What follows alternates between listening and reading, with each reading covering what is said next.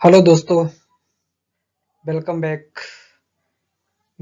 मेरे जो साइंस के आईएमपी ऑब्जेक्टिव क्वेश्चन का सीरीज चल रहा है, उस पे क्लास नंबर 4 पे आज हम गुरुत्व के अधीन गति पे बात करेंगे।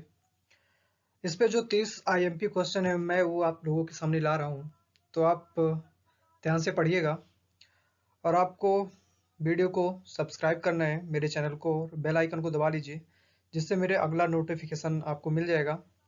और मैं एक करंट का भी सीरीज चला रहा हूँ जो 30 सेट है मेरे पास। उस पे मैं उसके भी मैं वीडियो पीपीटी बना के डाल रहा हूँ, तो आप उसको भी ज़्यादा से ज़्यादा देखें और उसको पढ़ें। वो भी आईएमपी क्वेश्चन है। तो आपको मेरे वीडियो को लाइक शेयर कमेंट करना ही करना है, चैनल को सब्सक्राइब करिएगा। चलते हैं आज के क्वेश्चन पर। इसमें कुछ लिखा हूं मैं, उसको ध्यान से पढ़िएगा। ग्रहों की गति।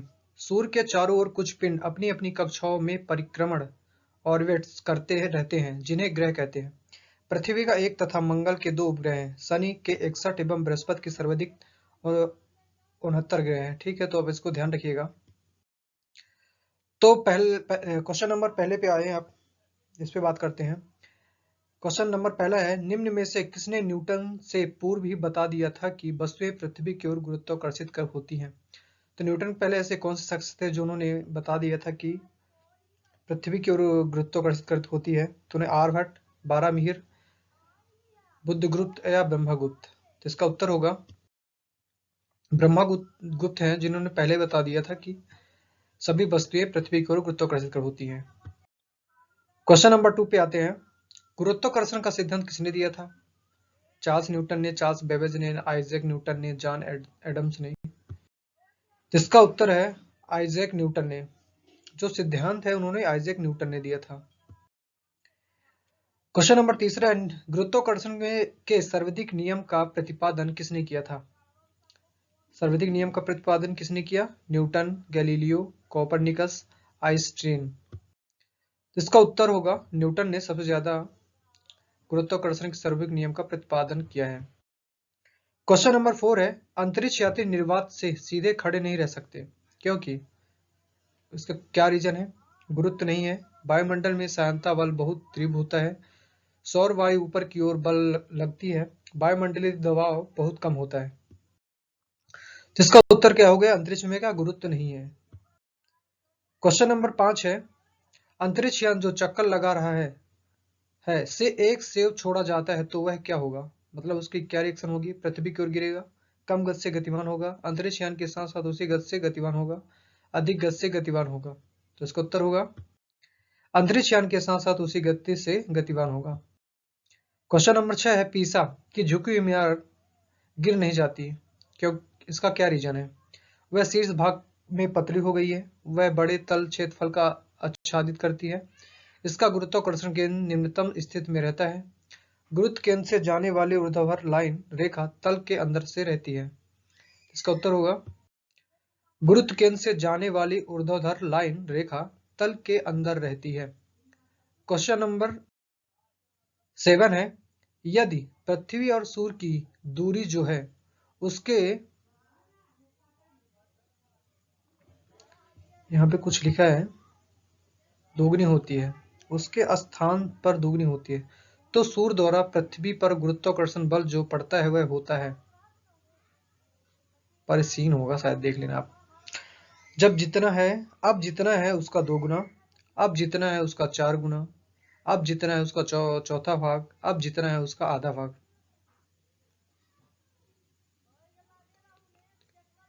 ये स्थान ही होगा। इसका उत्तर होगा अब जितना है उसका चौथा भाग होगा। क्वेश्चन नंबर 8 है, जब कोई वस्तु ऊपर से गिराई जाती है तो उसका भार कैसा होता है? शून्य होता है, अपरिवर्तित रहता है, परिवर्तनशील रहता है, सभी गलत? इसका उत्तर होगा अपरिवर्तित रहता है। क्वेश्चन नंबर 9 है, लकड़ी, लोहे व मोम के समान आकार के टुकड़ों को समान ऊंचाई से पृथ्वी पर गिराया जाता है, तो कौन सा टुकड़ा सर्वप्रथम पृथ्वी की सतह पर पहुंचेगा? लकड़ी, मोम, लोहा, सभी साथ साथ पहुंचेंगे? तो इसका उत्तर होगा सभी साथ साथ पहुंचेंगे। क्वेश्चन नंबर 10 है, हवा में लोहे और लकड़ी की समान भार की गेंद को समान ऊंचाई से गिराने पर क्या रिएक्शन होगा? पृथ्वी पर दोनों एक समान में गिरेंगे, एक पहले गिरेगी एक बाद में गिरेगी। लकड़ी की गेंद बाद में गिरेगी, कुछ अंतराल में गिरेगी। तो इसका उत्तर होगा लकड़ी की गेंद बाद में गिरेगी। क्वेश्चन नंबर 11 है, इसमें कथन है और कारण भी है। तो कथन पहले पढ़ते हैं। चंद्रमा पर मानव का वजन पृथ्वी की तुलना में 1/6 रहता है। कारण क्या है? चंद्रमा पर पृथ्वी की तरह गुरुत्वाकर्षण नहीं है। तो निम्नलिखित कूटों में से उत्तर का चयन कीजिए। कथन और कारण दोनों सही हैं तथा कारण कथन को सही स्पष्ट करता है। कथन और कारण दोनों सही है परंतु कारण कथन को सही स्पष्ट नहीं करता। कथन सही है परंतु कारण गलत है, कथन गलत है परंतु कारण सही है। इसका उत्तर होगा कथन सही है परंतु कारण गलत है। किसी पिंड का भार कैसा होता है? पृथ्वी तल पर सब जगह समान होता है, ध्रुवों पर समान होता है, विषुवत रेखा पर अधिक होता है, मैदानों की अपेक्षा पहाड़ों पर अधिक होता है। तो इसका उत्तर होगा ध्रुवों पर अधिक होता है। क्वेश्चन नंबर 13 है, एक पिंड का अधिकतम भार निम्नलिखित में से किसमें होता है? वायु, जल, हाइड्रोजन, नाइट्रोजन। काफी आईएमपी क्वेश्चन है, इनको प्लीज आप ध्यान से पढ़िएगा। तो इसका उत्तर होगा हाइड्रोजन। क्वेश्चन नंबर 14 पे चलते हैं। इससे पहले आप प्लीज मेरे चैनल को सब्सक्राइब कर लीजिएगा, कमेंट करिएगा वीडियो आपको कैसा लग रहा है, और मेरे जो करंट अफेयर का सीरीज चल रहा है उसको भी देखिएगा। हर 2 दिन में नया वीडियो आपके सामने आ जाता है, तो उसको देखिएगा। साइंस के भी हर 2 दिन में एक वीडियो आता है, उसको भी आप देखिएगा। क्वेश्चन नंबर 14 है, मानव शरीर का भार होता है ध्रुव पर अधिकतम, पृथ्वी की सतह पर सब जगह एक समान, विषुवत रेखा पर अधिकतम, मैदानी भागों की अपेक्षा पर्वतों पर अधिक होता है। तो इसका उत्तर होगा ध्रुवों पर अधिकतम होता है। क्वेश्चन नंबर 15 है, एक ऊंची इमारत से एक गेंद 9.8 मीटर सेकंड स्क्वायर के समान त्वरण के साथ गिराई जाती है। 3 सेकंड बाद उसका वेग क्या होगा? ऑप्शन देखिए, 9.8 metre second, 19.6 metre second, 29.4 metre second या 29.2 मीटर सेकंड। इसका उत्तर होगा 29.4 मीटर सेकंड।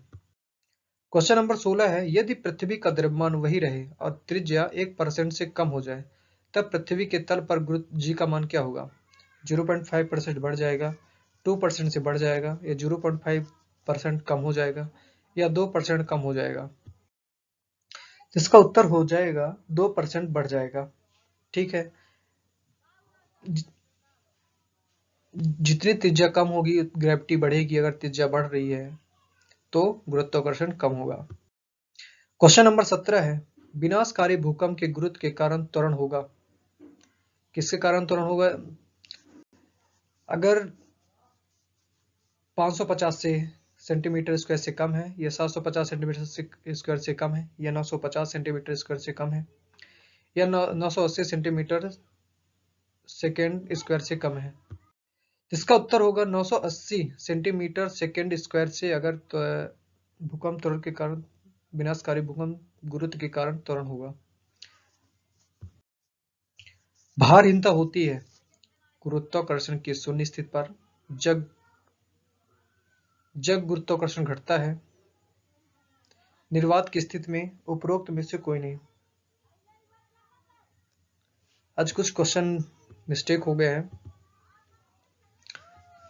आज मैंने रिवीजन नहीं किया था इसलिए डिस्टर्ब हो गया थोड़ी, तो आप उसको प्लीज आप थोड़ी। इसका उत्तर क्या होगा? गुरुत्वाकर्षण की शून्य स्थिति पर। क्वेश्चन नंबर 19 है, पृथ्वी अपने कक्ष में लगभग 4400 किलोमीटर प्रति घंटा की गति से घूमता है। इस तेज गति को हम अनुभव क्यों नहीं करते? इसका क्या रीजन है? सही है, हमें पता नहीं चलता कि हमारी पृथ्वी घूमती है।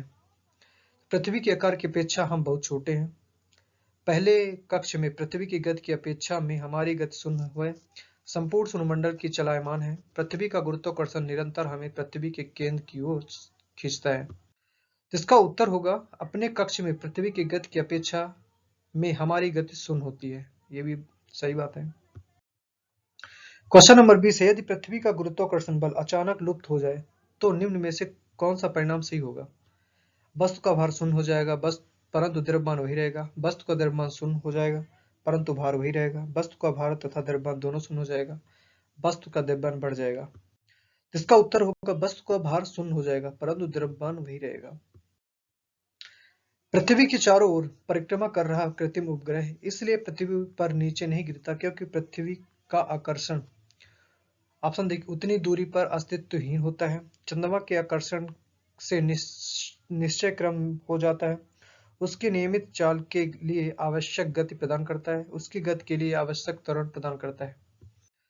इसका उत्तर क्या होगा? उसकी गति के लिए आवश्यक त्वरण प्रदान करता है।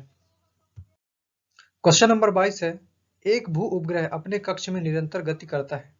यह अपकेंद्र बल के प्रभाव से होता है जो प्राप्त होता है उपग्रह को प्रेरित करने वाले रॉकेट इंजन से, पृथ्वी द्वारा उपग्रह पर लगने वाले गुरुत्वाकर्षण से, सूर्य द्वारा उपग्रह पर लगने वाले गुरुत्वाकर्षण से, उपग्रह द्वारा पृथ्वी पर लगने वाले गुरुत्वाकर्षण से।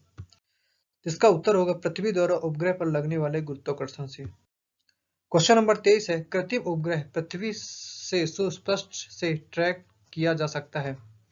डॉपलर प्रभाव द्वारा, रडार द्वारा, सोनार द्वारा, पल्सर द्वारा। इसका उत्तर होगा डॉपलर प्रभाव द्वारा हम सुस्पष्टता से ट्रैक किया जा सकता है। क्वेश्चन नंबर 24 है, अपने कक्ष में एक उपग्रह पृथ्वी के चक्कर लगाता रहता है। वह ऐसा निम्न में से किस कारण से होता है? अपकेंद्रीय बल से, केंद्राभिमुखी बल से, गुरुत्वाकर्षण बल या उसकी कमी से, कोई अन्य।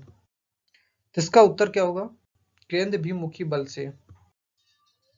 क्वेश्चन नंबर 25 है, प्रकृति के ज्ञात बलों को 4 वर्गों में विभाजित किया जा सकता है, जैसे गुरुत्व, विद्युत, चुंबकत्व, दुर्बल नाभिकीय बल और प्रबल नाभिकीय बल। उनके संदर्भ में निम्न कथनों में से कौन सा एक सही निम्न है? गुरुत्व चारों में सबसे प्रबल है।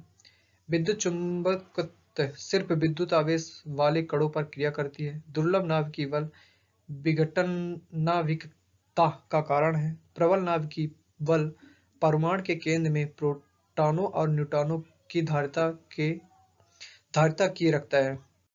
इसका उत्तर क्या होगा? गुरुत्व चारों में सबसे प्रबल है। क्वेश्चन नंबर 26 है, लोलक की कालावधि क्या होती है? द्रव्यमान के ऊपर निर्भर करती है, लंबाई के ऊपर निर्भर करती है, समय के ऊपर निर्भर करती है, तापक्रम के ऊपर निर्भर करती है। तो लोलक की कालावधि लंबाई के ऊपर निर्भर करती है। लोलक घड़ियां गर्मियों में सुस्त हो जाती है। इसका क्या रीजन है? गर्मियों में दिन लंबे होते हैं, कुंडली में घर्षण होती है, लोलक की लंबाई बढ़ जाती है, लोलक के भार में परिवर्तन हो जाता है। उत्तर लोलक की लंबाई बढ़ जाती है। क्वेश्चन नंबर 28 है, पेंडुलम घड़ी तीव्र गति से चल सकता है। क्यों? ग्रीष्म ऋतु में चलेगा, या शीत ऋतु में, या बसंत ऋतु में, या वर्षा ऋतु में? तो शीतकाल में पेंडुलम घड़ी तीव्र गति से चल सकता है। पृथ्वी का पलायन वेग क्या है?